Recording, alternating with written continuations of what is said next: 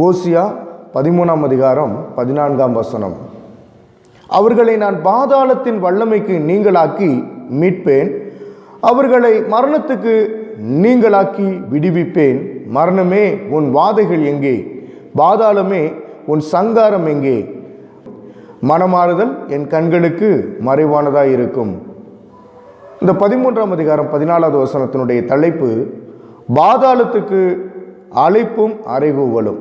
முதல் மொழியாக்கம், அவர்களை நான் பாதாளத்தின் வல்லமைகளுக்கு நீங்களாக்கி மீட்பேனோ, அவர்களை மரணத்துக்கு நீங்களாக்கி விடுவிப்பேனோ. மரணமே உன் வாதைகள் எங்கே? பாதாளமே உன் சங்காரம் எங்கே? மனமாறுதல் என் கண்களுக்கு மறைவானதாக இருப்பதாக. இரண்டாவது மொழியாக்கம், அவர்களை நான் பாதாளத்தின் வல்லமைக்கு நீங்களாக்கி மீட்பேன், அவர்களை மரணத்துக்கு நீங்களாக்கி விடுவிப்பேன். மரணமே நானே உன் வாதை, பாதாளமே நானே உன் சங்காரம், மனமாறுதல் என் கண்களுக்கு மறைவானதாக இருக்கும். மேற்கண்டவற்றிலே முதல் மொழிபெயர்ப்பே இந்த அதிகார ஓட்டத்திற்கு பொருத்தமானது. அக்கிரமத்தில் பெருகிய மக்களை தண்டியாமல் மனமாற மாட்டேன். மரணமே பாதாளமே அவர்களை வாரிக்கொள்ளுங்கள் என்பது அதன் பொருள். இரண்டாவது மொழிபெயர்ப்பின்படி, தேவன் பாதாளத்திலிருந்து அவர்களை மீட்பார், பாதாளத்துக்கும் மரணத்துக்கும் எதிரியாக தேவனே மாறுவார், அவற்றை அவர் வெறுத்து தமது மக்களை மீட்பார் என்பதாகும்.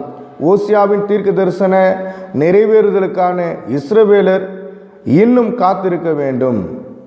இது புதிய ஏற்பாட்டில் 1 கொரிந்தியர் 15ஆம் அதிகாரம் 54 முதல் 57 முடிய உள்ள வசனங்களிலே பொருத்தமானதாக கொடுக்கப்பட்டிருக்கிறது.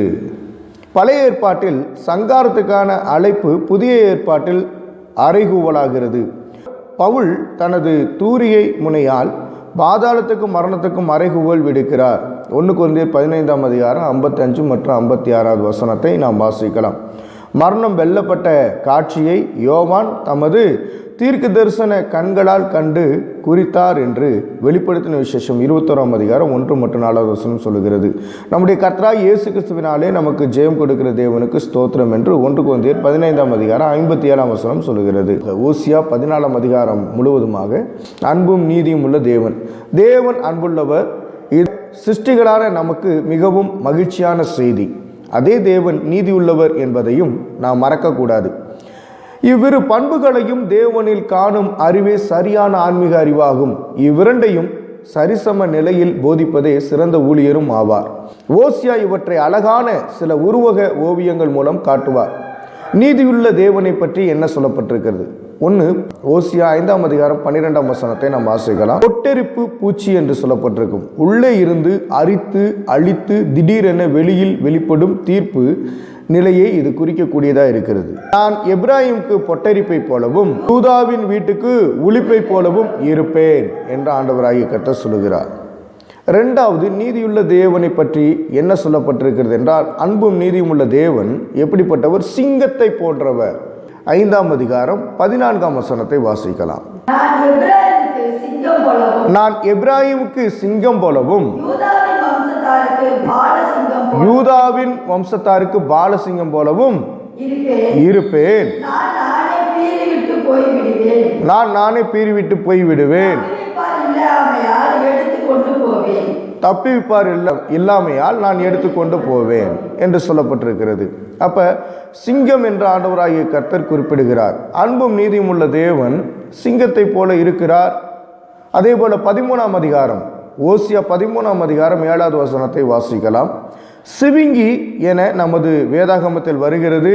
இது தந்திரமான பதவி இருக்கும் திடீர் அழிவான தீர்ப்பு நிலையை குறிப்பிடக்கூடியதாக இருக்கிறது. எனவே கர்த்தர் எப்படிப்பட்டவர், நீதியுள்ள தேவன் எப்படிப்பட்டவர் என்பதை இந்த வசனத்தின் மூலமாக நாம் பார்க்கலாம். சிவிங்கியை குறித்து, ஆகையால் நான் அவர்களுக்கு சிங்கத்தை போல இருப்பேன்,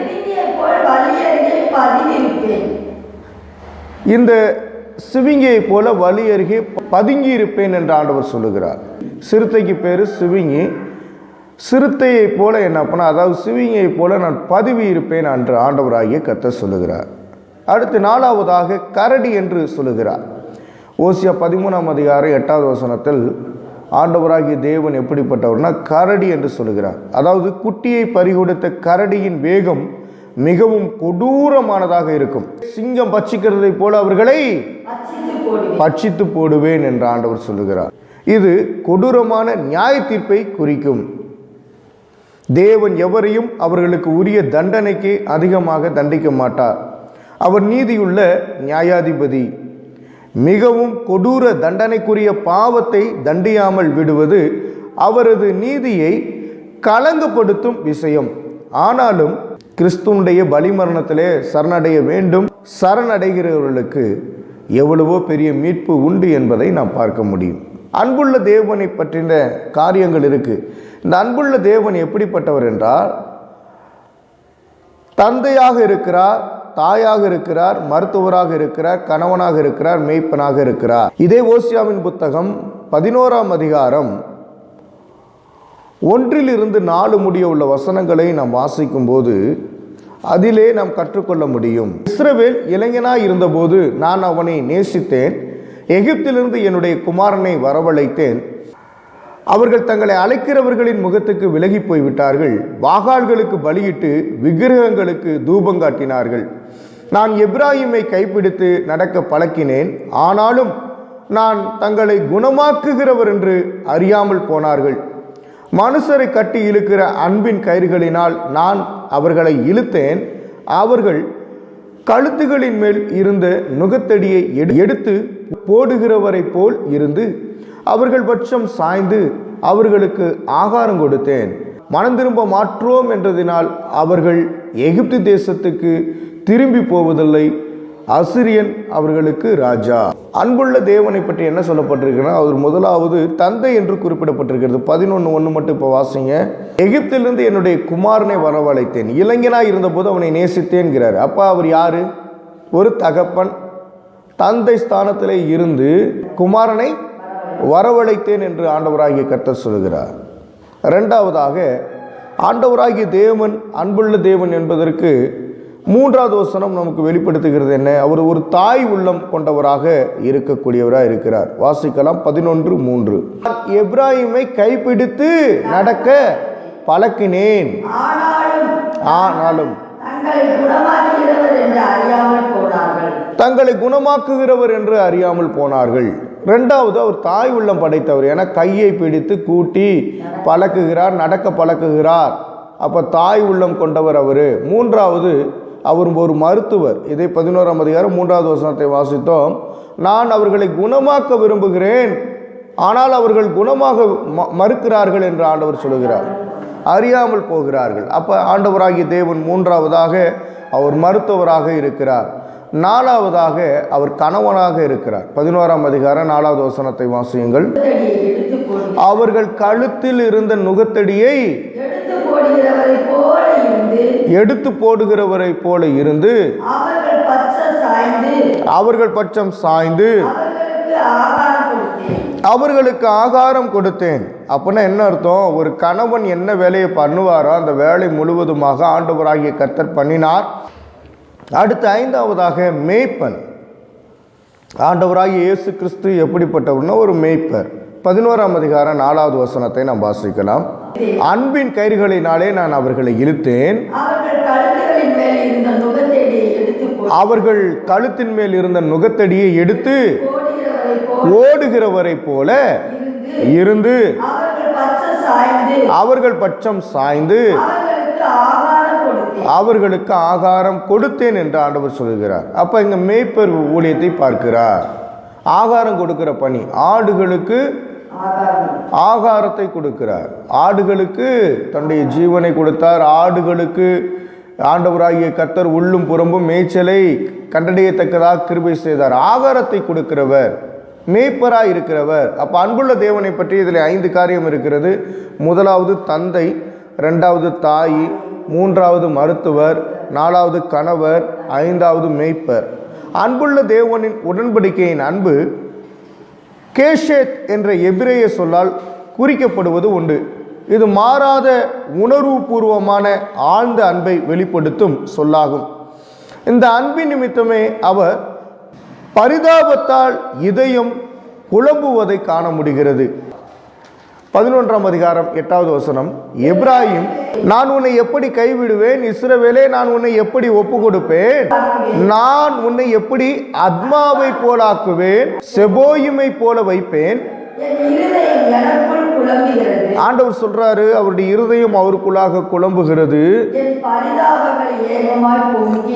பாருங்க, ஆண்டவர் பரிதாபப்படுகிறார். அவர் சொல்றாரு, என்னுடைய பரிதாபங்கள் ஏகமாய் பொங்குகிறது அப்படின்னா. அதான் இந்த அன்பின் நிமித்தமே அவர் பரிதாபத்தால் இதயம் குழம்புவதாக காண முடிகிறது.